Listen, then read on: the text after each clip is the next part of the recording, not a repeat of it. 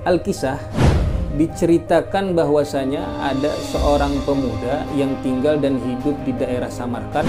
Akhirnya ia bernazar kepada Allah, jikalau Allah berikan kesembuhan, maka ia akan berikan sedekah setiap hari Jumatnya dari semua hasil kerja yang ia dapatkan. Engkau telah mengerjakan, engkau telah melakukan segala bentuk kebaikan kepada kami. Hatta at'amtanal bitih, sampai-sampai engkau memberikan kepada kami buah semangka. Idza akalta lahma, tatkala engkau makan daging, fa'at'imna minhu, maka berikanlah daging tersebut kepada kami.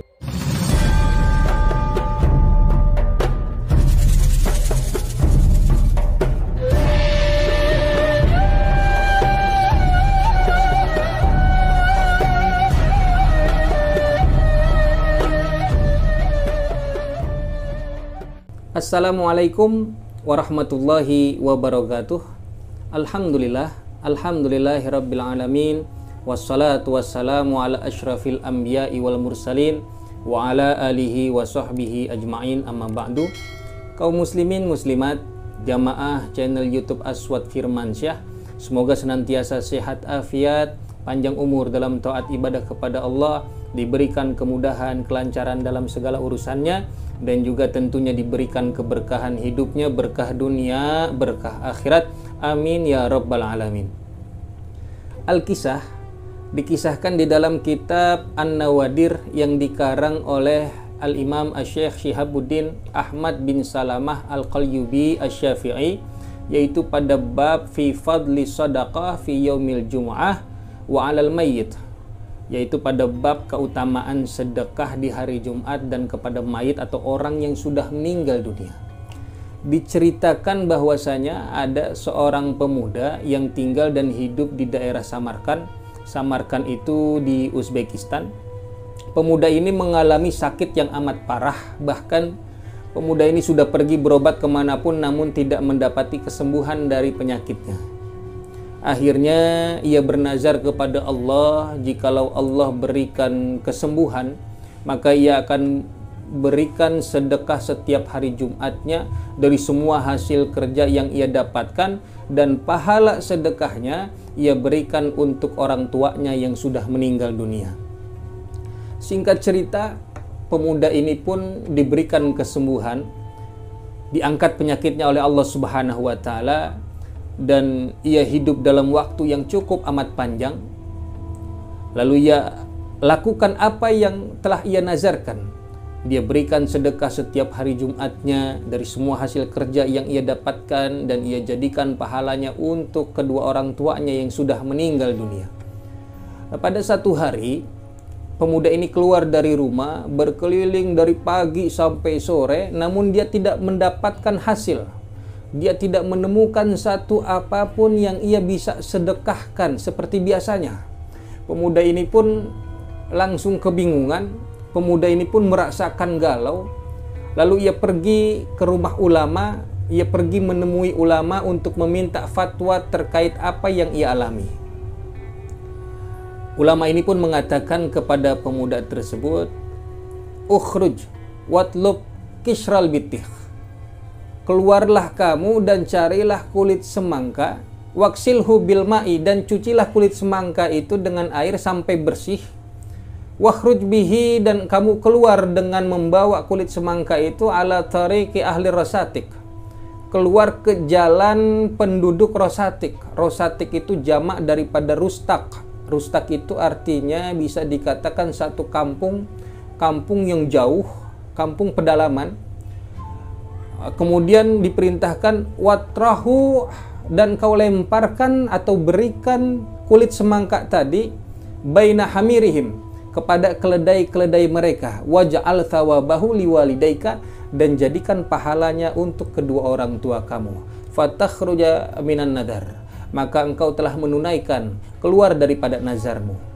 Akhirnya pemuda ini melaksanakan apa yang telah dikatakan dan diperintahkan oleh ulama tersebut. Tentunya pada hari Jumat ia melakukannya, dan pada malamnya, yaitu malam Sabtu, pemuda ini tertidur dan bermimpi bertemu dengan kedua orang tuanya. Di dalam mimpinya tersebut, kedua orang tuanya ini memeluknya dengan erat seraya mengatakan, "Ya waladana, wahai anak kami, amil tama'ana kulla syai'in min wujuhil khair." Engkau telah mengerjakan, engkau telah melakukan segala bentuk kebaikan kepada kami. Hatta at'amtanal bitih, sampai-sampai engkau memberikan kepada kami buah semangka. Wa kunna nashtahi, dan kami pun memang sangat menginginkan buah semangka itu, kami pun menikmati buah semangka itu. Faradiyallahu anka, maka Allah meridaimu, Allah memberikan keridhaannya kepadamu wahai anakku. Di lain kisah, ada seorang pemimpin dari Khurasan. Pemimpin dari Khurasan ini bermimpi bertemu dengan ayahnya yang sudah meninggal dunia. Dan di dalam mimpinya, ayahnya mengatakan kepadanya, "Wahai anakku, idza akalta lahma, tatkala engkau makan daging, fa'at'imna minhu, maka berikanlah daging tersebut kepada kami. Bi antatrohahu, dengan engkau melemparkan atau memberikan daging tersebut baina aidis sananir wal kilab, kepada kucing-kucing dan juga anjing. Waj'al thawabahu lana, dan juga jadikan pahalanya untuk kami." Dia lakukanlah itu.